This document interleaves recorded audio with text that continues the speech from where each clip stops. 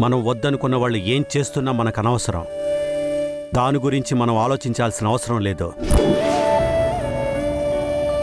రూప పెళ్లి విషయంలో ప్రతిసారి నేను తీసుకునే నిర్ణయం వల్ల రూప సఫర్ అయ్యేది. ఇప్పటికీ సఫర్ అవుతూనే ఉంది.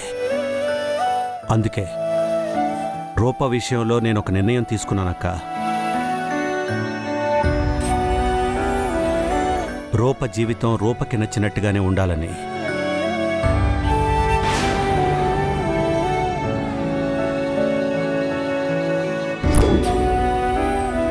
మీరు కూడా రూప విషయంలో ఎక్కువగా ఆలోచించకండి అక్క.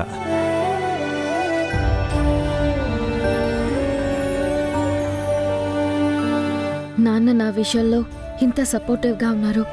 నాన్న ఇలా ఆలోచిస్తున్నారని రాజుకి తెలిస్తే రాజు చాలా హ్యాపీగా ఫీల్ అవుతాడు. రేపు ఆఫీస్కి రాగానే ఈ విషయం రాజుతో పంచుకోవాలి.